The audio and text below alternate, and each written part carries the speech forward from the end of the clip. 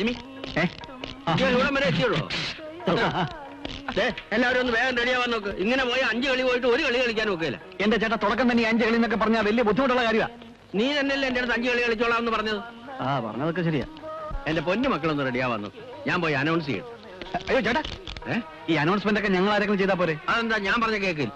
അല്ല അത് ചേട്ടാ, നല്ല നല്ല വാക്കുകൾ ഉപയോഗിച്ച് നല്ല ശബ്ദത്തിൽ പറഞ്ഞാലേ ഈ ഓഡിയൻസിനെ കയ്യിലെടുക്കാൻ പറ്റൂ. എടോ, ഞാൻ ഈ സ്ഥാപനത്തിന്റെ പ്രൊപ്പറേറ്റർ കം മാനേജറാണ്. അനൗൺസ്മെന്റ് എന്നെ ആരും പഠിപ്പിക്കണ്ട. 5 കൊല്ലം ഞാനായിരുന്നു അനൗൺസ്മെന്റ്. അതിന് ലക്ഷക്കണക്കിന് രൂപ വിലയുള്ള സാധനങ്ങൾക്ക് വേണ്ടി. അതെന്ത് സാധനം ചേട്ടാ? Lottery ticket. എന്നാ ചേട്ടൻ തന്നെ അനൗൺസ് ചെയ്യും. ഫസ്റ്റ് അയാൾ ഒരു അലമ്പന. ആ ഡ്രസ് കണ്ടില്ലേ? ഇന്നലെ വരെ കീറി മുണ്ടും ജുബ്ബ ഇട്ടോ നടന്നാ. അയാളുടെ വളരെ നിൽക്കുന്ന ട്രൗസർ കണ്ടിട്ട് എനിക്ക് ചൊറിഞ്ഞു വരുന്നുണ്ട് കേട്ടോ. നീ ഒന്ന് ചുമ്മാതിരിക്കേ. എങ്ങനെയെങ്കിലും കുറച്ച് പരിപാടി പിടിക്കാൻ നോക്ക്. എന്നിട്ട് വെച്ചു കൊടുക്കാൻ വേല എന്തെങ്കിലൊക്കെ ചെയ്യും.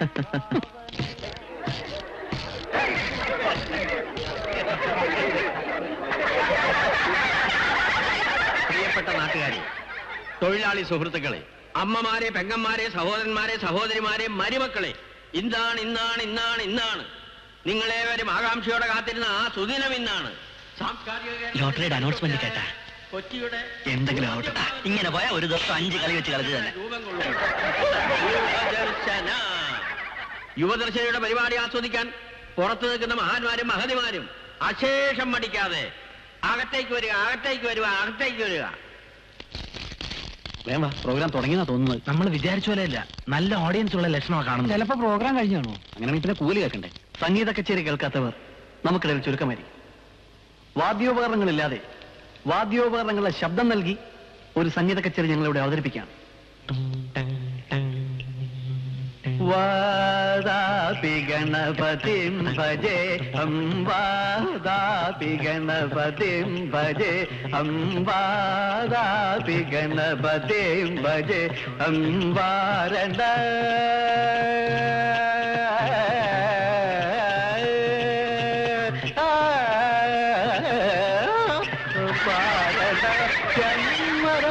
പരം സേ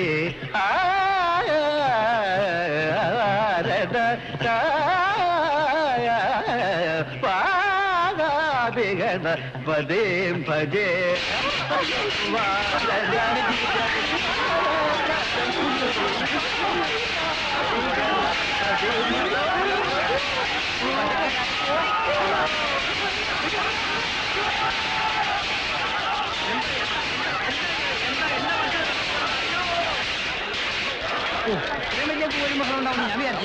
കലാദർശനം പൊളിക്കുമെന്ന് പറഞ്ഞ് ഉണ്ടാക്കിയതാണ്. അനുഭവിക്കട്ടെ. അവന്റെ ഒരു യുവദർശനം. നമുക്ക് അത് ശരിയല്ല. ജിമ്മി വരട്ടെ, അവനൊന്ന് കണ്ടിട്ട് പോവാം. ഒറ്റ പൈസ ഇല്ല. ഞങ്ങൾക്ക് എത്ര രൂപ നഷ്ടം? എത്ര കസേരയാണ് ഓടിച്ചത്? അതിന്റെ വില ആര് തരും? അതെ, നിങ്ങളുടെ നാടിന്റെ സംസ്കാരം അവര് കാണിച്ചത്. അതിന് ഞങ്ങൾ ഉത്തരവാദികളല്ല. അവരെ അടക്കി നിർത്തേണ്ടത് നിങ്ങളുടെ ചുമതലയാണ്. ഈ കുറുക്കന്റെ മക്കൾക്ക് ടിക്കറ്റും കൊടുത്ത് അകത്ത് കയറ്റിയിട്ട് കൂവിക്കേണ്ട വല്ല കാര്യം ഉണ്ടായിരുന്നോ? ഏതായാലും സംഭവിക്കാനുള്ളതൊക്കെ സംഭവിച്ചു. തർക്കിച്ച് നിൽക്കാനൊന്നും സമയമില്ല. നിങ്ങൾ ആ കാശ് കൊണ്ട് കൊടുത്തേ. ഇത്രയും പറഞ്ഞ സ്ഥിതിക്ക് പകുതി എമൗണ്ട് വേണമെങ്കിൽ തരാം. സൗകര്യം ഉണ്ടെങ്കിൽ വാങ്ങിച്ചാൽ മതി. അത് പറ്റില്ല. കന്നി കളിക്ക് മുഴുവൻ കാശും കിട്ടിയില്ലെങ്കിൽ ചെല്ലുന്ന സ്ഥലത്ത് എല്ലാം ഇതായിരിക്കും അനുഭവം.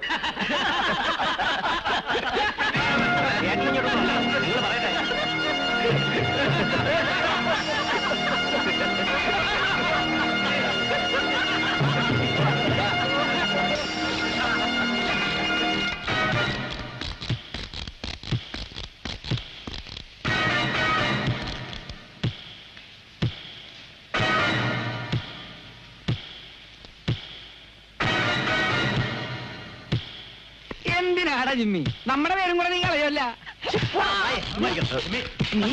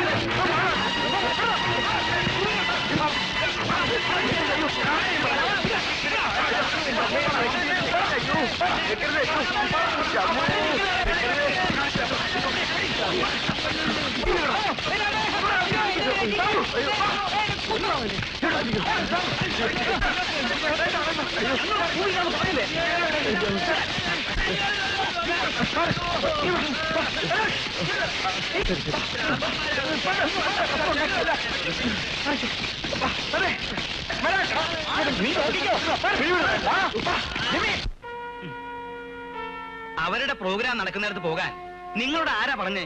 ഞങ്ങൾ അവരുടെ പരിപാടി എങ്ങനെയുണ്ടെന്ന് നോക്കാൻ പോയതാണ് അച്ഛോ. എന്തിനാ? പ്രോഗ്രാം ബുക്ക് ചെയ്യാനോ? നിങ്ങൾ അവിടെ പോയതാ എല്ലാ കുഴപ്പത്തിനും കാരണം. നാട്ടുകാരാണ് കൂവിയെങ്കിലും പേര് വന്ന് നിങ്ങൾക്കല്ലേ. ഇനിയിപ്പോ നമ്മുടെ പ്രോഗ്രാം നടക്കുന്നിടത്ത് അവന്മാർ വന്ന് കൂവും. ദൈവം സഹായിച്ച് നമ്മുടെ പ്രോഗ്രാമിന് കൂവാൻ അവന്മാരുടെ സഹായം ആവശ്യമില്ല. വേറെ എത്രയോ പേരുണ്ട്. നിന്നെ ഞാൻ കൈയടിക്കാൻ. ഓ എന്റെ ദൈവമേ. കലാദർശനയോട് സാമ്യമുള്ള യുവദർശന എന്ന പേര് അവന്മാരിട്ടത് മനഃപൂർവ്വമല്ലേ? യുവദർശന എന്നുള്ള പേരിട്ടത് കൊണ്ട് അവർക്ക് കൂടുതൽ ബുക്കിംഗ് കിട്ടുന്നെങ്കിൽ അങ്ങനെ ആയിക്കോട്ടെ. നമുക്ക് വിരിച്ചത് നമുക്ക് കിട്ടും. അതിടക്കിടക്ക് കിട്ടാറുണ്ട്. നിങ്ങൾ ആരും വഴക്കിനും വയ്യാവലിക്കും ഒന്നും പോണ്ട. എല്ലാവരും ഒന്ന് പോ പോ ഓ ഒന്ന് പോടാ. എന്റെ ദൈവമേ. അച്ഛോ, കുടിക്കാൻ എന്തെങ്കിലും എടുക്കട്ടെ? നീ ഒരു കാര്യം ചെയ്യ്. ഒരു ഗ്ലാസ്സില് കുറച്ച് വിഷം കലക്കി കൊണ്ടുപോവാ, ഞാൻ കുടിക്കാം. പോടാ. ബഹളം ഉണ്ടാക്കും. അവന്മാർ എവിടെ പ്രോഗ്രാം വെച്ചാലും ചെന്ന് കിടക്കണം. കലക്ക് ഞങ്ങൾ കലാദർശനെ കലക്ക് ഞങ്ങൾ. അവന്റെ ഒരു കലക്ക്. നിങ്ങൾ അങ്ങോട്ടും ഇങ്ങോട്ടും കലക്കി നടന്നാലേ കലങ്ങി പോകുന്ന എന്റെ കാശാ. ദിവസത്തിൽ 5 കളി എന്ന് പറഞ്ഞ് ഇറങ്ങിയിട്ട് കൊല്ലത്തിൽ 5 കളിക്കാൻ ഒക്കോ? നിന്റെ ആ പാട്ട് കച്ചേരിയാ എല്ലാം കലക്കിയത്. ഓഹോ, ഞാൻ പാടിയോണ്ട് ഇപ്പൊ കുഴപ്പമുണ്ടായത്. ആ മൃദംഗം വേറൊരു വഴിക്ക്, ഘടം മറ്റൊരു വഴിക്ക്. ഉറക്കം തൂങ്ങി വീണോണ്ടാ കുഴപ്പമില്ല ഉണ്ടായത്. ഇനിയിപ്പോ ഇവിടെ കിടന്ന് അതും ഇതും പറഞ്ഞ് ബഹളം ഉണ്ടാക്കിയിട്ട് എന്താ കാര്യം? പ്രോഗ്രാം മോശമായതുകൊണ്ടാ ആളുകൾ കൂവിയത്. കൂട്ടത്തിൽ ചിലപ്പോ അവന്മാരും കൂവി കാണും. അങ്ങനെ അവന്മാര് കൂവണ്ട. അവന്മാരെ കൊണ്ട് കൂവിച്ചത് ആ തറക്കണ്ടവാ. ആ തറക്കണ്ടം മനസ്സിലാക്കട്ടെ, ഞാൻ അവനേക്കാ വലിയ തറയാന്ന്.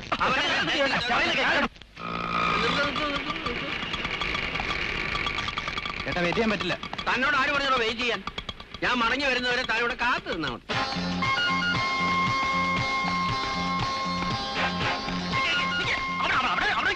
എവിടെ പോകുന്നു? പ്രാർത്ഥിക്കാനാണോ അല്ല കുമ്പസാരിക്കാനാ? എനിക്കിപ്പോ അറിയണം തറ എവിടെയാ. തറതേ ഇവിടെയാ, ഇരുന്നോളൂ. അതല്ലടോ തറക്കണ്ട ആരാന്ന്. ഈ നിലയ്ക്ക് തറക്കേണ്ടത് നിങ്ങളെയാ. നിങ്ങൾ ആരാന്ന് കേട്ട് കാണും. പച്ചാളം പാപ്പച്ചൻ. പച്ചാളത്ത് കേട്ടുണ്ട്, പക്ഷെ പാപ്പച്ചൻ എന്ന് കേട്ടിട്ടില്ല. എന്നാ ഞാൻ കേൾപ്പിക്കും. നമ്മളാരാ? ഞാൻ മമ്മൂട്ടി. മമ്മൂട്ടി. കർത്താവേ, മനസ്സിലായില്ല കേട്ടോ മോനെ. ഞാൻ സിനിമയിൽ മാത്രമേ കണ്ടിട്ടുള്ളൂ. ജീവനോടുകൂടി ഇപ്പൊ ആദ്യമായിട്ട് കാണുക. അതേ ഛായ ആണല്ലേ? തറക്കണ്ട എവിടെയോ? തറക്കണ ഫാദർ അവിടെ ഇരിപ്പുണ്ട്. പയ്യപ്പോ ട്രൗസർ ഊരി പോകും. അയ്യോ, മമ്മൂട്ടി മിണ്ടല്ലേ. ദേ അച്ഛന്റെ ഞരമ്പ് രോഗം പരിശോധിക്കാൻ വന്ന സായിപ്പ് ഡോക്ടർ ആയിരിക്കും. അതാ ഒരുമാതിരി തറയായിട്ട് സംസാരിച്ചോണ്ട് പോയത്, താണ്ടമ്മ ചേച്ചിയെ പോലെ. കാണിച്ചതിൽ അതിരൊക്കെ ഉണ്ട്. പള്ളിയിൽ കുർബാനയും കുമ്പസാരമായിട്ട് കുത്തിയിരിക്കേണ്ട അച്ഛന്മാര് പാട്ടും കൂത്തും മിമിക്രി ആയിട്ട് ഇറങ്ങിയിരിക്കുക മനുഷ്യരെ കഷ്ടപ്പെടുത്താൻ. അതൊക്കെ നടത്താനേ കലാപാരമ്പര്യമുള്ള കുടുംബത്തിൽപ്പെട്ട ഞങ്ങളെ പോലുള്ളവരുണ്ട് ഇവിടെ. നിങ്ങൾ ആരാ? നിങ്ങൾക്ക് എന്താ വേണ്ടേ? കലാകാരൻ ഇവിടെ ഇരിക്കും. എന്നെ അങ്ങനെ ഇരുത്തിയിട്ട് യുവദർശനെ ഒതുക്കാമെന്ന് കരുതണ്ട. മമ്മൂട്ടി, ഇവിടെ ആരും ഇല്ലേ? തല്ലിക്കാനായിരിക്കും. എങ്കിൽ മമ്മൂട്ടി വേണ്ട, ഭീമന്റെ ഹൂനെ വിളിക്കാവും വരട്ടെ. പോവാനോ? അങ്ങനെ പോകാമെന്നവനല്ല ഞാൻ. താൻ വിളിക്കുന്നിടത്ത് വരെ ഞാനാരാ? തന്റെ കുശലിക്കാരനാണോ? ഓ എന്റെ ദൈവമേ. ഒരു കാര്യം ഞാൻ പറഞ്ഞേക്കാം. അച്ഛൻ ഈ അലവലാതി പിള്ളേരെ വിട്ട് യുവദർശനയുടെ പരിപാടി കലക്കാനാണ് ഭാവമെങ്കിൽ വാടകയ്ക്ക് ആളുകളെ കൊണ്ടുവന്ന് നിങ്ങളുടെ പരിപാടി ഞാനും കലക്കും. ഇങ്ങനെ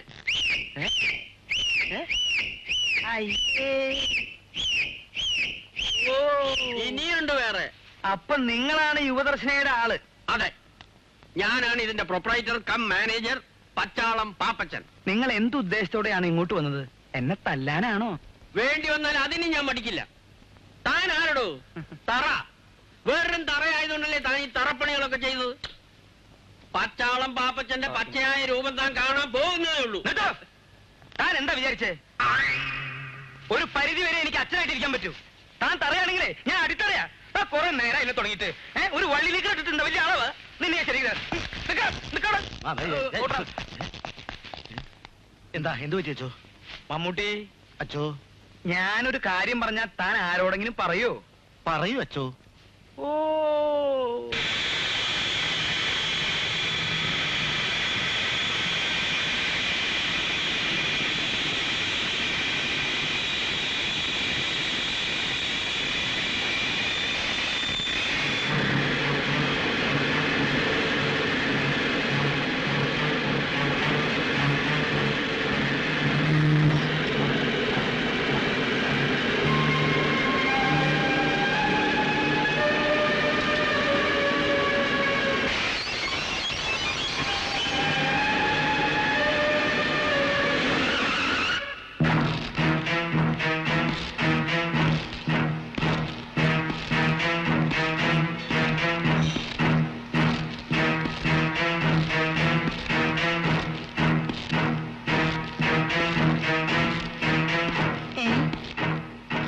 ഏത് കാലിനാ കർത്താവ്?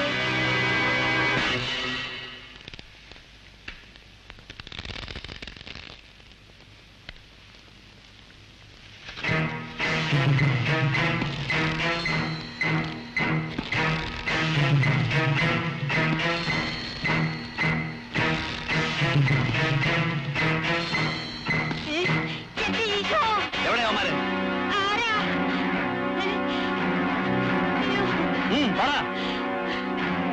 പറ. എനിക്കറിയില്ലേ. നിനക്ക് അറിയില്ലല്ലേ? നിന്നെ കൂടെ പറയിക്കാൻ എന്റെ ഈശോ, എന്റെ ഈശോ, എന്റെ ഈശോയേ, എന്റെ നാടോടിഞ്ഞേ, എന്റെ അമ്മേ, എന്റെ അമ്മേ, എന്റെ ഈശോയേ,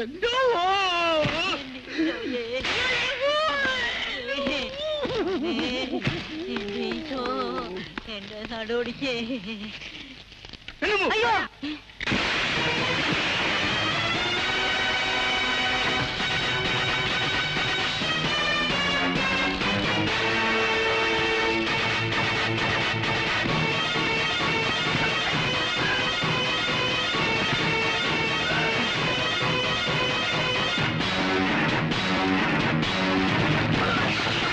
നിനക്കറിയില്ലല്ലേ?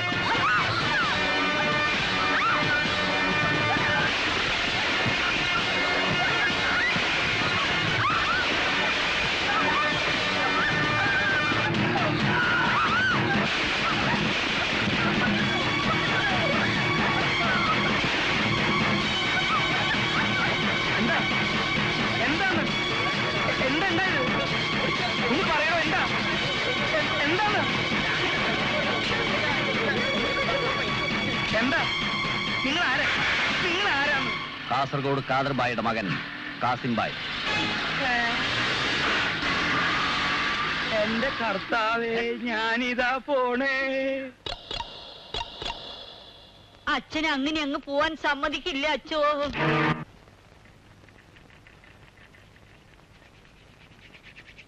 എന്താ അച്ഛോ അവന്റെ ഒരു ആരോഗ്യം? ആന കരിമ്പുന്തോട്ടത്തിൽ കേറിയ പോലെ എല്ലാം ഇടിച്ചങ്ങ് തകർത്തില്ലേ? ആന കരിമ്പിൻതോട്ടത്തിൽ കയറി തകർക്കണത് താണ്ടമ്മ കണ്ടിട്ടുണ്ടോ? ഇല്ല. പിന്നെ പറഞ്ഞു കേട്ടിട്ടുണ്ട്. പറഞ്ഞത് കേട്ടിട്ട് ഇവിടെ വെച്ച് വിളമ്പണ്ട. ഞാനില്ലായിരുന്നെങ്കിൽ ഈ സൂസി ടീച്ചർ ശവമായിരുന്നേനെ. മോനെ, എന്നെ ഒന്ന് പിടിച്ചേ. നീ ഒറ്റൊരുത്തനാ ഇത് മുഴുവൻ വരച്ചു വെച്ചത്. അന്ന് ആ റോഡിൽ കിടന്നിരുന്ന പാവ് എടുത്തോണ്ട് വരേണ്ട വല്ല കാര്യമുണ്ടോ നിനക്ക്? എടുത്തതല്ലോ, കിട്ടിയതല്ലേ. മിണ്ടരുത് നീ. ബോംബെയിലെ അധോലോക രാജാക്കന്മാരെന്ന് പറഞ്ഞാൽ ആളെ കൊല്ലാൻ ഒരു മടിയില്ലാത്തവരാണച്ചോ. ഏതോ ഒരുത്തൻ ബോംബെ നിന്ന് വന്നു പറഞ്ഞു. അങ്ങനെ പേടിക്കേണ്ട കാര്യമൊന്നുമില്ല. ഏതോ ഒരുത്തനോ? ഓ, അവനൊന്ന് കാണേണ്ടത് തന്നെയാ. 6 ഇഞ്ച് 8 അടി പൊക്കം, ഒത്ത ഹൈറ്റും. അവന്റെ കൈ കൊണ്ട് ഒരു ഇടി കൊണ്ടിട്ട് ഞാൻ ചളങ്ങിപ്പോയി. പോലീസിൽ അറിയിക്കാച്ചോ? അറിയിച്ചാലും പ്രശ്നമാണച്ചോ. പിന്നെ പ്രോഗ്രാം ബുക്ക് ചെയ്യാൻ ആരും വരില്ല. പ്രോഗ്രാം അറിയിക്കണ്ട. നിനക്കൊക്കെ അത് പറയാം. ഏതായാലും നാളെ മുതൽ പ്രോഗ്രാമിന് ഞാനുണ്ടാവില്ല. അതെന്താ? നാളെ നീ ആത്മഹത്യ ചെയ്യാൻ പോവാ? അതൊന്നും തീരുമാനമായിട്ടില്ല. ഏതായാലും നാളത്തെ പ്രോഗ്രാമിന് ഞാനുണ്ടാവില്ല.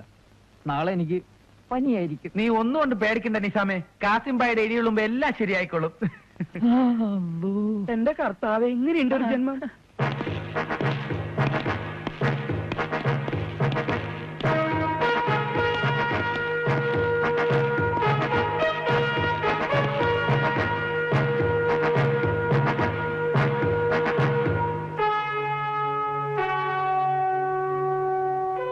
നീ എപ്പോ വന്നു?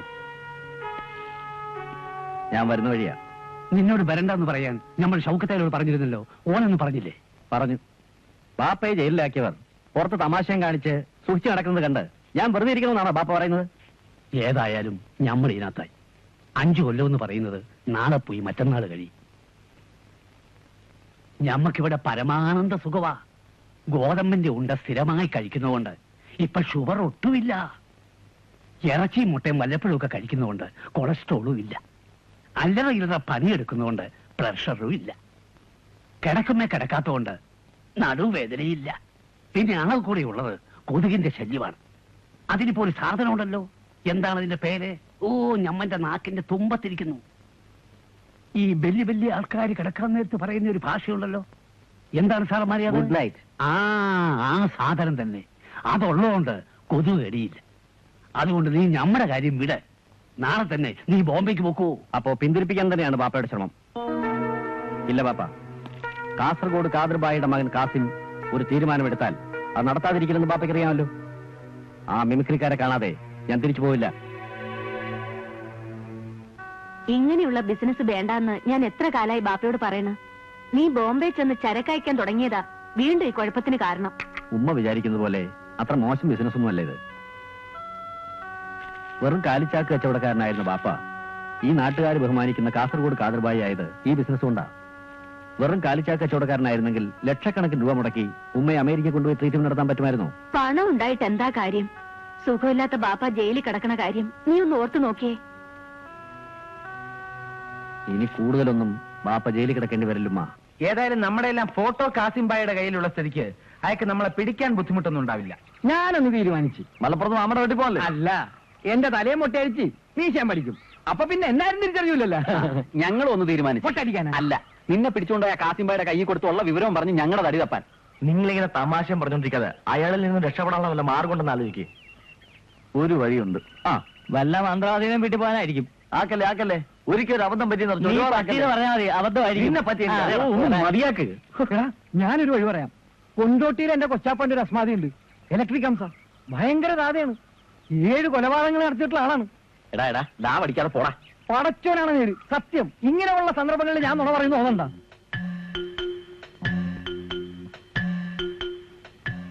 നമ്മൾ വിളിച്ച അയാൾ വരുമോ? ആ കാര്യം ഞാൻ ഏറ്റു. എന്നാൽ നമ്മൾ ആദ്യം കണ്ടുപിടിക്കേണ്ടത് കാസിംബായി ഒറ്റയ്ക്ക് എവിടെയൊക്കെയാണ് പോകുന്നത് എന്നുള്ളതാണ്.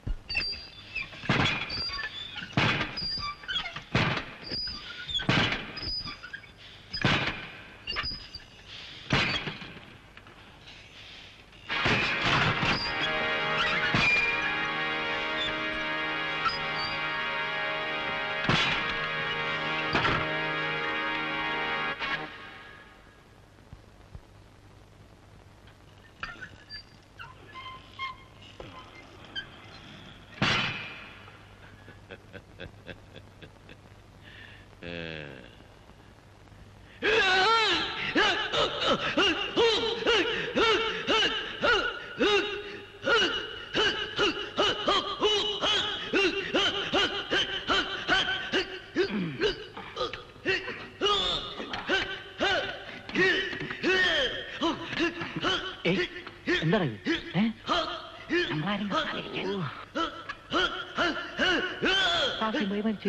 നമ്മളെ ഡെഡ് ബോഡി അവിടെ കൊണ്ടുപോയി വിളിച്ചു പോടാ. നിന്റെ വീട്ടിൽ കൊണ്ടുപോയി കുളിച്ചിടാം. ഒരു